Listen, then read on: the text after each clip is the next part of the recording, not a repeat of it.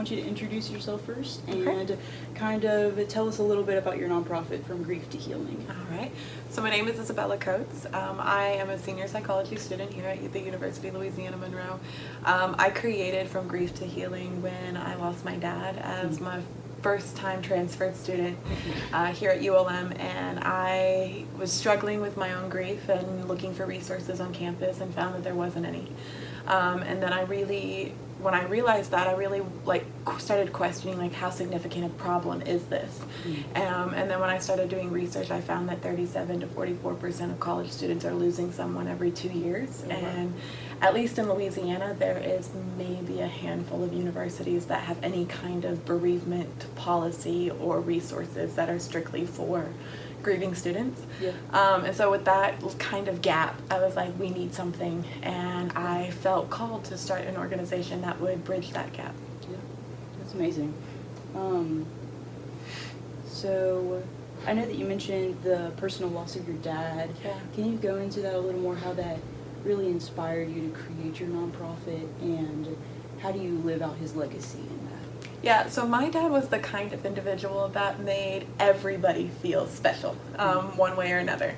It didn't matter if you were the mailman that came and dropped off mail at his office, or the bank teller at the Centric Federal Credit Union, or the car salesman that he used to buy my sister's first 2 cars. He made you feel special. And so when we had his memorial service, it was a couple days after the loss. It was very quick, and it was standing room only. And the funeral director had to actually ask people to leave. And so it was an incredible moment for me, because as my adopted dad, I didn't have an opportunity to know him for very long. And so getting to meet people like his 3rd grade bus driver and 4 different congregations of churches that he was a part of, it really showed me that once my grief kind of subsided enough for me to start to breathe and to think about the future again, I knew that that was a legacy worth carrying on. And so for me and my nonprofit and everything that I do now, it's in light of trying to emulate that and have that connection with people and make that difference in my own community, so that way that part of his legacy lives on. Yeah, that's amazing. Thank you. Wow. Oh my gosh, your dad sounds like an amazing person. He was incredible. My hero. Yeah. So did your family and friends have any role in helping you stay motivated to pursue this idea of a nonprofit? Yeah, my family specifically have been incredible. From my great-grandparents to my mom and my sister, they really see what we're doing. And my best friends have been there too. I've actually made some new best friends because of the organization and just sharing my story. Actually, my board consists of my mom, my Nana, and 2 of my best friends. Yeah, So I was reading on your Instagram page about that, and I was like, wow, that's amazing. Yeah, I knew that I wanted people that I trusted and that had a personal connection to what we were doing, so that we all were motivated by the same mission.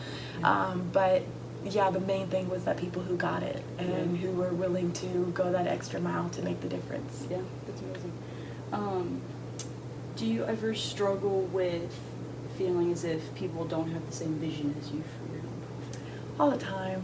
Yeah. All the time. Failure, or not even failure, but setbacks feel like failure sometimes, or disappointment. And when you believe in something so much, and then you're going to people and saying, I need help, and they're not really being that helpful, or they're giving you runaround, or it's a lot of talk of, oh, that's awesome, I'm so excited for you, you're going to do great, but no actual, let me help you do great. It's very, very frustrating, and, this has been 2 years in the making, so it feels like, in that time frame I've let people down because we haven't had the resources out there, and it's been so long because I've had so many people tell me or not be as helpful as they could be. So yeah, it gets frustrating. It's really inspiring to see that you're still pushing through and just continuing to share your vision and your mission for your nonprofit. Yeah.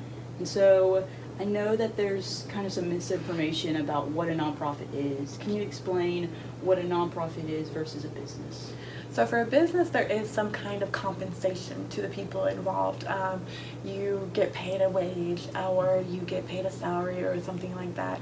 For a nonprofit, the main thing is that the people who are running a nonprofit dedicate their time on a no-pay basis. So for me, for the members of my board, for any of our volunteers, anybody that we partner with, nobody's being paid to do that. All of the funds that we raise go towards the resources we're offering to the people we're helping. So we're working on establishing a foundation so that way we can offer monetary assistance, but we're also, grief resources and events. We actually have one coming up in May, that we have to funds for, but none of us personally are compensated, right? Whereas a business you would be. Yeah. I think it's also important to note that some nonprofits, they do compensate their people, but that it all goes back to the mission, and that any extra profit goes back to the mission. Yeah, so there's it's called services rendered. So for services rendered, you can compensate people that work at your nonprofit, but for the overall, you have to have an item line for why that they were compensated. It can't just be that they were part of your organization. So for me as like the president, there's a lot of expenses that I have put in out of my own personal budget, getting it up off the ground. Yeah. So there will probably at some point be a compensation for that to reimburse for the costs that I've put into it. But it won't be like a all the time thing. Yes. And if I ever did get compensated all the time, then I would actually have to remove myself as president of the board to remove any kind of bias from our decision making. Yeah.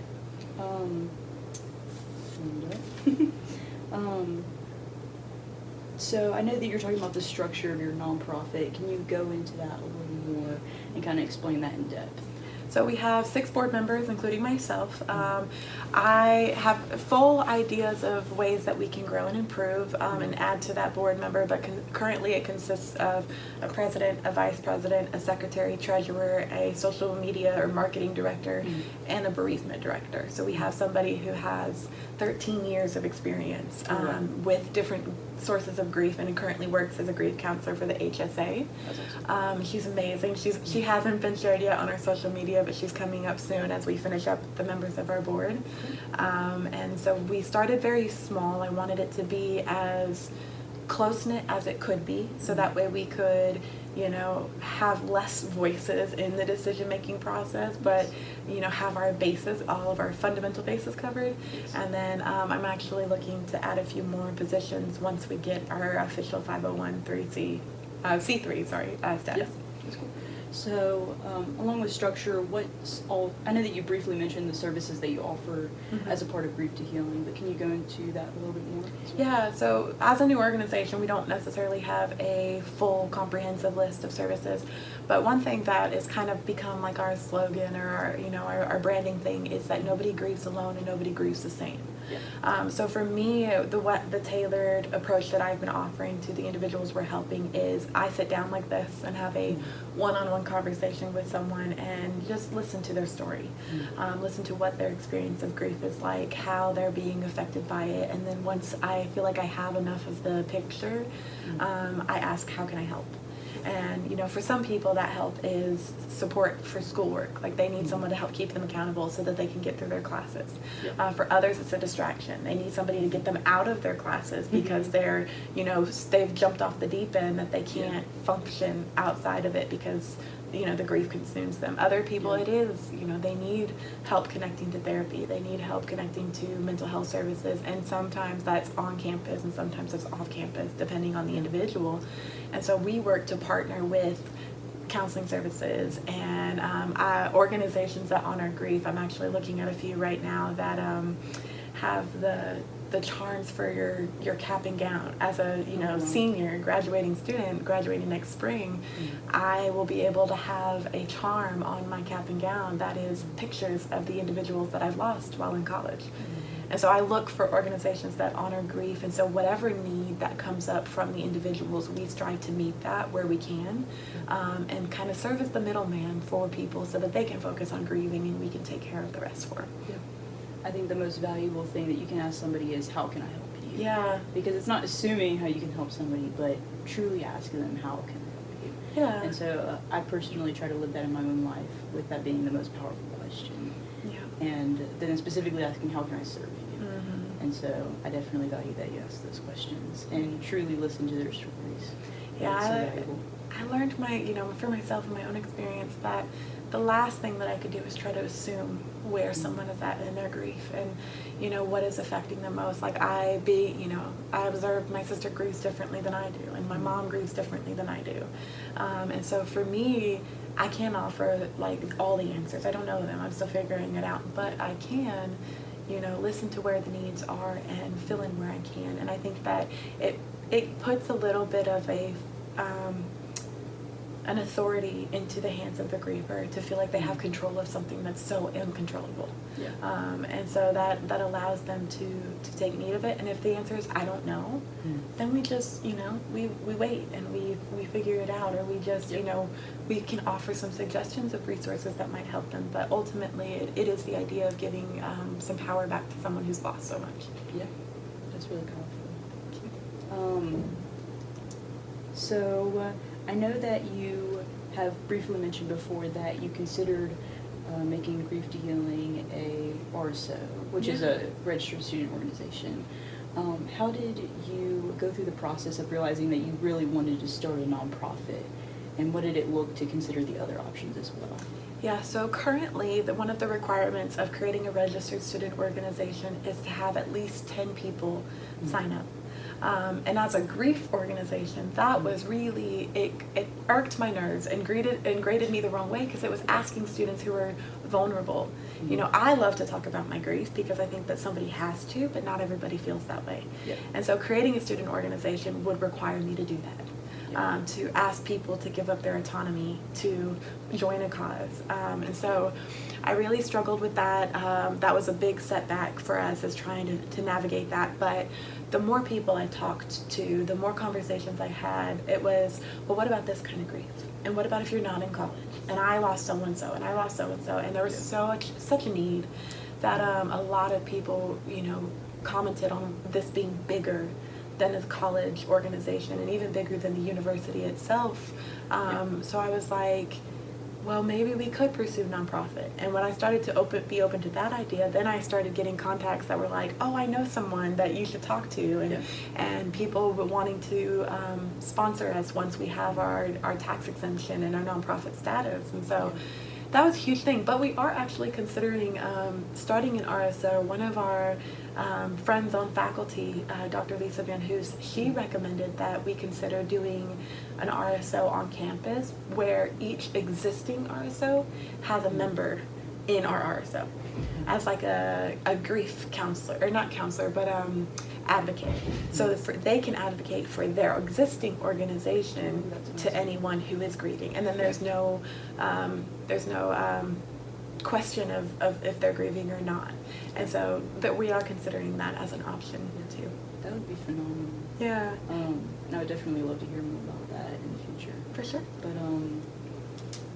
so when you were in the early stage, I know that you're still in the early stages of forming your nonprofit, but what resources have helped you to form the nonprofit and also know how to even start a nonprofit? Yeah, I will have to give credit to the Miss America organization. Mm-hmm. That was how it got started. It was my community service initiative when I competed.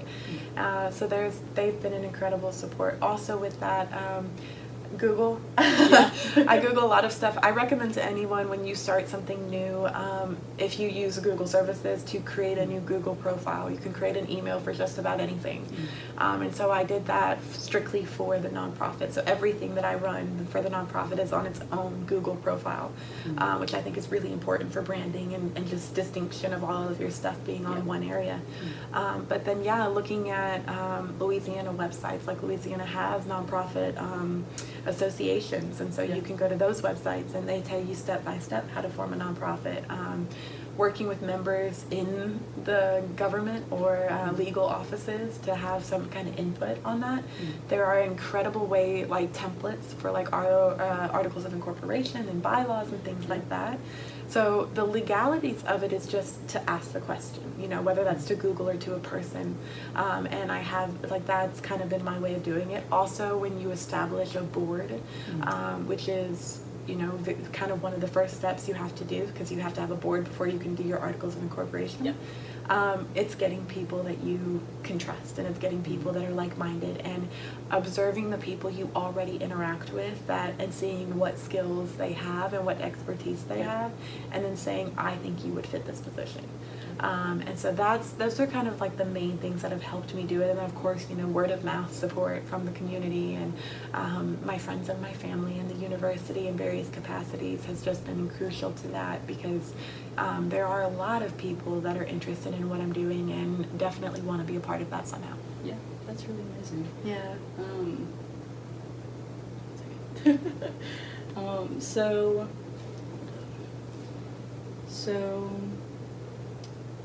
I know that you said that you have to go through a process to get it legally represented. Mm-hmm. So is your organization tax exempt yet? No. Okay. Mm-hmm. So you're still currently working on Yes. that. Has there been any hurdles with establishing your nonprofit in the legal aspect? The biggest one was one of the requirements to fill out an article of incorporation is you have to have a physical address. And so I recommend to anybody, don't use your home address. That is not a great idea, because that is registered with the state, and anybody who accesses your organization will know that address. So that, and there are a lot of startup costs that you have to consider, and being a college student, having my own bills and expenses, managing, paying for those costs, because I think this is important and it'll work itself out in the end. And then also how that fits into my own budget has been a little bit of a hurdle that I've had to overcome, but it's all worked out so far. The other thing is you have to have your articles of incorporation done. So I think my organization, we found a good template, and then I used my mom, who's our secretary and has a lot more legal documentation knowledge than I do. She kind of drafted it and made sure, and then at our very first meeting, board meeting that we had a month ago, a little over, less than a month ago, but we read through the entire thing line by line. Everyone had the opportunity to ask questions and to voice their opinion on things. We added a few things, we took out some things, and then it was able to be edited, and now we're working on doing an e-vote, so that everyone can sign it and we can get it sent in. So I think the physical address was the biggest setback, because I didn't know how to make that happen. Recommend the UPS. It's just a little bit expensive, but it is reputable, and so it's worth the cost, I think, because I don't feel like I'm dealing with computers. I think I feel like I'm dealing with real people, and I think that's huge for an organization. That's awesome. So along with you saying, obviously you're a college student, you're about to graduate, I know, and so how do you manage being a college student, like time management, with running a nonprofit? So anything that you do that you're passionate about, I think where there's a will, there's a way. I decided to change my major from pre-med to psychology last year. That was the first thing that I could do for my time management, because when I was working on classes like chemistry and biology, I wasn't into it.